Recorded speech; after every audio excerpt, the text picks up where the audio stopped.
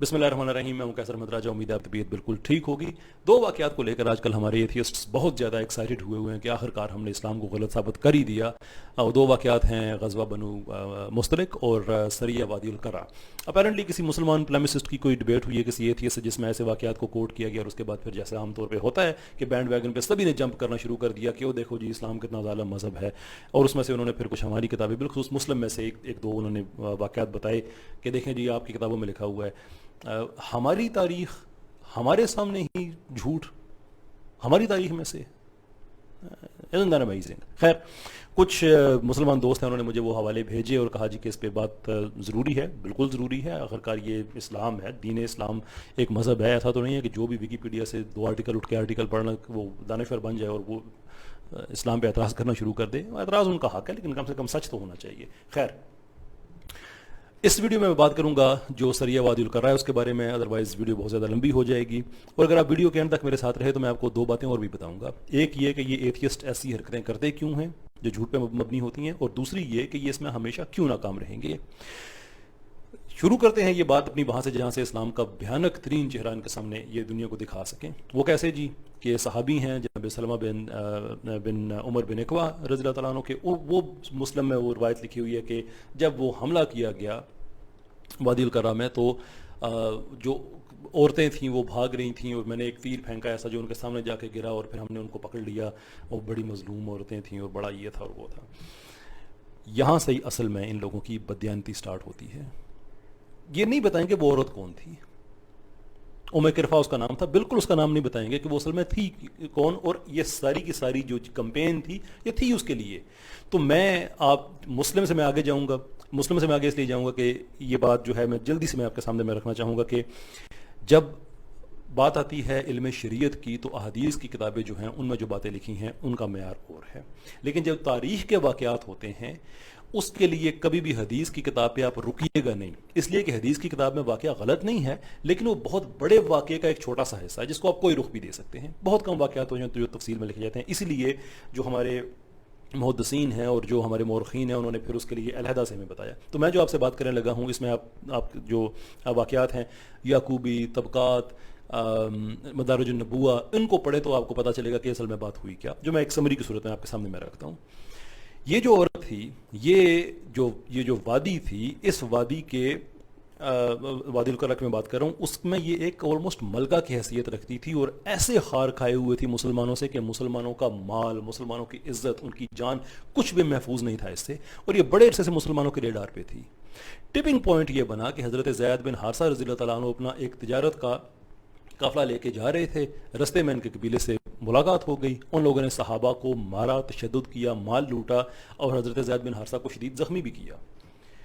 اور دوسری اس میں سے خبر یہ آئی کہ ان لوگوں نے اس عورت نے کرفا نے جو ان کی معصوم عورت ہے 30 لوگوں کا اس نے ایک کمانڈو سٹائل گروپ ترتیب دیا ہوا ہے جس کا کام ہے کہ مدینہ میں جا کے خفیہ حملہ کرنا نبی پاک صلی اللہ علیہ وسلم پر, ان کو شہید کرنے کے لیے. یہ ان کی معصوم عورت ہے. ریڈار پہ تو یہ پہلے ہی تھی. جب یہ دو باتیں سامنے آئیں تو اس کے بعد پھر نبی پاک صلی اللہ علیہ وسلم نے ایک دستہ کی طرف بھیجا. دو روایتیں ہیں, ایک میں کہ حضرت ابوبکر تھے رضی اللہ تعالیٰ عنہ اور دوسرے میں تھے حضرت زید بن حارثہ رضی اللہ تعالیٰ عنہ جنہوں نے قیادت کی اس دستے کی. اچھا آپ کو یہ بھی نہیں بتائیں گے کیونکہ انہوں نے تو یہ بتانا نا جی کہ وہ تو بس سوئے ہوئے تھے اور مسلمانوں نے اچانک ان پہ حملہ کر دیا. یہ بھی نہیں بتائیں گے کہ تاریخ کے روایت میں یہ بھی ہے کہ یہ دو جنگیں ہوئیں. پہلی میں حضرت زید بن حارثہ کو شکست ہو گئی رضی اللہ تعالیٰ عنہ کو, وہ زخمی ہوئے, پھر وہ واپس آئے, صحت یاب ہوئے, پھر دوبارہ سے ان پہ حملہ کیا گیا. یہ نہیں بتائیں گے کہ وہ جنگ بھی ہوئی. اچھا یہ بات اپنی جگہ پہ ٹھیک ہے کہ روایت میں یہ بھی ہے کہ ان لوگوں پہ اچانک حملہ کیا گیا, لیکن یہ نہیں ہے کہ ان کو پتہ نہیں تھا. یہ تو بنو بدر نے ان کو بتایا ہوا تھا. یہ تاریخ پڑھیں تو صحیح نا, یہ باتیں مسلم میں نہیں لکھی ہوئی اور ان لوگوں نے مسلم سے آگے پیچھے جانا ہی نہیں ہے. اگر جانا ہے تو واقعہ چھپا دینے ہیں, اس لیے کہ ان کا تو مقصد ہی ہے نا کہ اسلام کو ایک بھیانک, ایک وحشیوں کا مذہب ثابت کر دیں. یہ جو معصوم عورت ہے ان کی اس کے واقعات آگے سنتے جائیں. اس نے 40 لوگ اپنے خاندان کے تیار کیے ہوئے تھے. ان 30 کا میں نے آپ کو بتایا نا, 40 لوگ اس کے علاوہ وہ اس نے کیے ہوئے تھے جو خونخوار وحشی, جن کا کام یہ مسلمانوں کو یہاں سے لوٹنا اور کبھی مسلمانوں کو یہاں سے تنگ کرنا. جب ان پہ حملہ ہوا اور وہ حملہ اس کی گرفتاری کے لیے ہوا تھا, اس مجرم عورت کے لیے. اب تاریخ میں کہ ان کی آپس میں لڑائی ہوئی, یہ بھی تاریخ میں ہے کہ ان پہ اچانک حملہ کیا گیا. لیکن اگر اچانک بھی حملہ کیا گیا تو ایکٹ آف فائٹ اور ایکٹ آف وار میں فرق ہوتا ہے.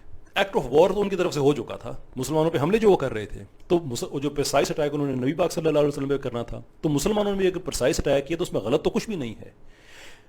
تو اس عورت کو پکڑا، اس عورت کو وہ چونکہ جنگی مجرمہ تھی اس لیے اس کے لیے تو معافی نام کی کوئی چیز تھی نہیں، اس کو تو قتل کیا گیا. اور یہ اتنی پاورفل عورت تھی کہ کفار مکہ کہتے تھے کہ اگر وہ مسلمان اگر اسے شکست دے دینا اگر، تو پھر یہ بات تو ناممکن ہے لیکن ہم مسلمان بھی ہو جائیں گے. اتنی اس کی دہشت تھی، پراپر دہشت گرد عورت جسے کہتے ہیں، پورا نیٹ ورک تھا جس کا ٹیرورسٹ کا. اس کو شکست ہوئی، اس کو قتل کیا گیا.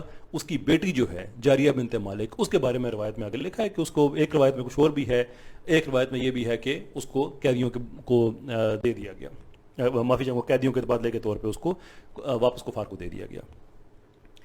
اب امیجن کریں، یہ تو تھا نا سارا واقعہ. اب امیجن کریں کہ جو بدیانتی ہوتی ہے وہ کیسے ہوتی ہے. T T P Pakistani security forces کے کتنے عرصے سے ریڈار پہ تھی، کتنے عرصے سے. اب وہاں پہ جو کبھی ادھر اٹیک کر رہے ہیں، یہاں دہشت گردی کر رہے ہیں، ان کو مار رہے ہیں، وہاں پہ قتل، وہاں پہ اغوا، وہاں پہ ٹورچر.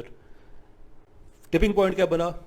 اے پی ایس، جس کے بعد پاکستان نے فیصلہ کیا کہ نافذ رہا. اس کے بعد پھر ہماری فضائیہ شامل ہوئی سارا، اور ہم نے وہ چیز ساری جڑ سے اکھاڑ کے ان کو پھینک دیا. ان ایتھیسٹ کا بس نہیں چلتا کہ یہ تاریخ یہاں سے لکھنا شروع کریں کہ وہ کچھ لوگ تھے جو آرام سے بیٹھے ہوئے تھے، کھیتی باڑی کر رہے تھے، اپنے گھروں میں بیٹھے تھے، گپ شپ لگا رہے تھے، اور اچانک پاکستانی آرمی اور پاکستانی ایئر فورس نے ان پہ حملہ کر دیا اور یہ مار دیا اور لاشیں وہ بکھری. اور یہ ہے نہیں بتائیں گے کہ ان لوگوں نے اے پی ایس میں کس طرح سے بچوں کو بے دردی سے شہید کیا، نہیں بتائیں گے کس طرح سے پورے پاکستان میں انہوں نے آگ لگائی ہوئی تھی. یہ اسامہ امریکہ کی یہ بات آتی ہے تو اس پہ تو پاؤں نیچے آگ آ جاتی ہے نا، بات نہیں کرتے. میں اس ڈبیٹ میں نہیں جانا چاہتا کہ اسامہ نے کتنی دہشت گردی کی ہوئی تھی اور کتنی اس پہ انہوں نے تھوپ دی. Let's not get into that. لیکن یہ بات تو ہے کہ اسامہ کا ایک امیج تو تھا کہ وہ دہشت گرد آدمی ہے، اور امریکہ نے پاکستان میں گھس کے خفیہ طور پہ اس کے جو کمپاؤنڈ تھا اس پہ اٹیک کیا، اسے مار بھی دیا. اب تاریخ لکھنا شروع کریں نا کہ ایک آدمی تھا، نام بھی نہ بتائیں، کام بھی نہ بتائیں، ایک آدمی تھا اپنے گھر میں بیٹھا ہوا تھا اور ظالم امریکی فوجی انہوں نے پکڑ کے اس کو مار دیا. Would you ever do that؟ اسے امریکہ بہادر کی بھی بےزتی ہوتی ہے نا، اور پھر کہیں کہ نہیں جھوٹ ہے، بتائیں تو صحیح نا وہ کون تھا. تو ہم بھی تو یہ کہتے ہیں نا کہ اس دہشت گرد عورت کے بارے میں بتائیں تو صحیح، جو لڑائیاں ہوئی ہیں وہ بھی بتائیں، جو اس نے کتنے لوگ مروائے ہیں وہ بھی بتائیں. وہ کیوں آپ یعنی کہ ہماری تاریخ ہمارے سامنے آپ چوری کر کے دانے فر کے اپنا بیٹھ جائیں گے اور توقع کریں گے کہ ہم پھر جو باقی حقائق ہیں دنیا کے سامنے نہیں لے کے آئیں گے. Shame on you, shame on you, seriously shame on you. Anyway, میں نے یہ کہا تھا کہ ویڈیو کے آخر میں آپ کو دو باتیں بتاؤں گا کہ ایسا کرتے کیوں ہیں اور اس میں کیوں ناکام رہیں گے. بہت شکریہ آپ کا کہ آپ میرے ساتھ رہے. دیکھیے یہ اس لیے ایسی حرکتیں کرتے ہیں کہ جو دین اسلام ہے یہ بلڈ اراؤنڈ ہے جناب رسالت آپ صلی اللہ علیہ وسلم کے.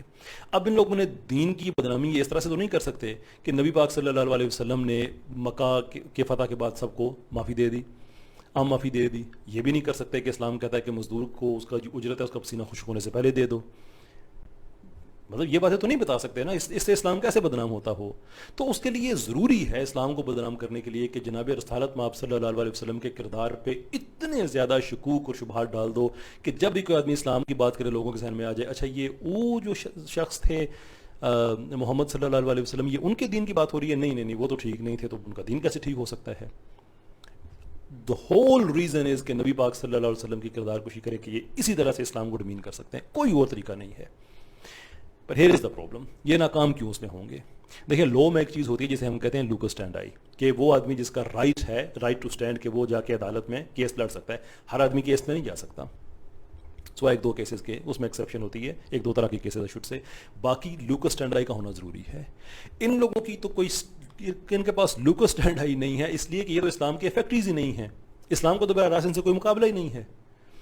جن لوگوں کا اسلام سے براہ راست مقابلہ تھا، جن لوگوں سے جنگیں لڑی گئیں، ایون نبی پاک صلی اللہ علیہ وسلم کے کردار پہ وہ بھی انگلی نہیں اٹھا سکے. کبھی آپ کو تاریخ میں جملے نہیں ملیں گے کہ لوگ کہیں گے کہ نبی پاک صلی اللہ علیہ وسلم نے، جو کفار میں ان کی بات کر رہا ہوں، کہ وہ جھوٹ بول رہے ہیں یا انہوں نے اپنا کیا کہتے ہیں خیانتیں کی ہیں، یا ان لوگوں نے لوگوں کی لڑائیاں کرائی ہیں یا چغلی کی ہے، یا ایون امانتیں بھی اپنی پاس رکھ جاتے تھے. یہ کردار کے حوالے سے کوئی مسئلہ نہیں تھا انہیں.